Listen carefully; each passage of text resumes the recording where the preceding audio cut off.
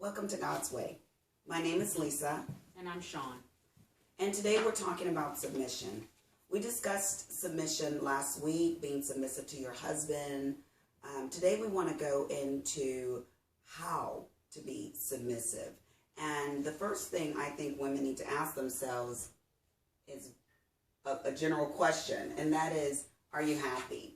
I wrote some questions down right here because when we think of happiness, it's such a vague, small word. But if you're enjoying your life, if you're a happy person, you're going to enjoy your life. So again, I stop to say, are you truly enjoying your life? Are you happy? Are you happy with your husband? Are you happy with your children, your extended family? Then we would say, why or why not? Why aren't you happy with these people? We could probably give a laundry list as to why we're happy or unhappy with a particular person, whether it's your children, whether they're wayward children doing right or wrong, whether they're excellent in school, well-mannered. These are the children we usually like, well-mannered children, children that are, performing in school and are generally wanting to please their mother and father. But some kids are not that way. Are you enjoying even that child? And even with that, last week we were talking about the submission thing, and even with that, when she says, are you happy? Are you enjoying your life?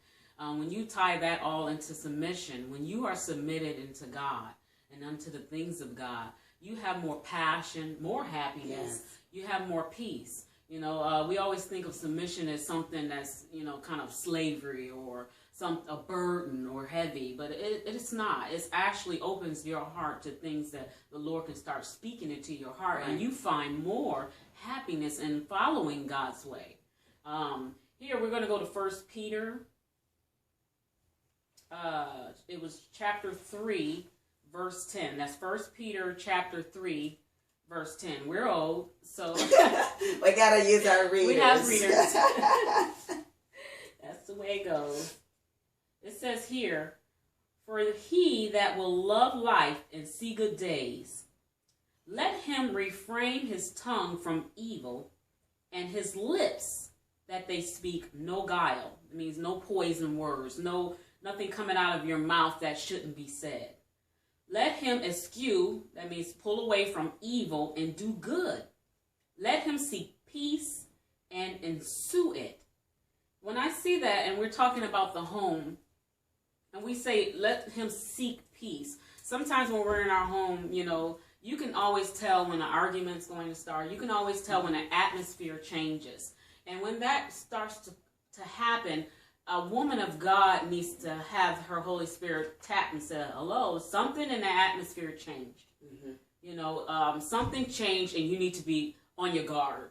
Have your full armor on because here comes a little battle. Right. And that's the thing we're looking at right now. Being submissive, you have to really be under the Holy Spirit because you cannot be submissive without the power of the Holy Spirit. You cannot. It's impossible.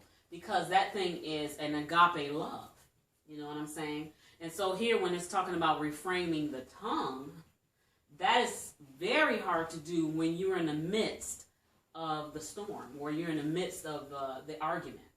Or if you have a person, what word did you use earlier? Oh, when you were talking about being worthy. Yeah. Sometimes we feel like, oh, that person's not worthy. Yeah. I don't want to submit to that person because they're not worthy for me to submit to them. Yeah. They have to earn it. But that's not what Christ is saying in the scriptures. That's not doctrinal. The scriptures say that we are to be submissive. It didn't say to who. It didn't say if that person's worthy. It didn't say if that person treats you with respect or love, then you should. It said you should in honor of God. But like I said, once again, unless you're a woman of God and you listening to the Holy Spirit within, it's almost impossible.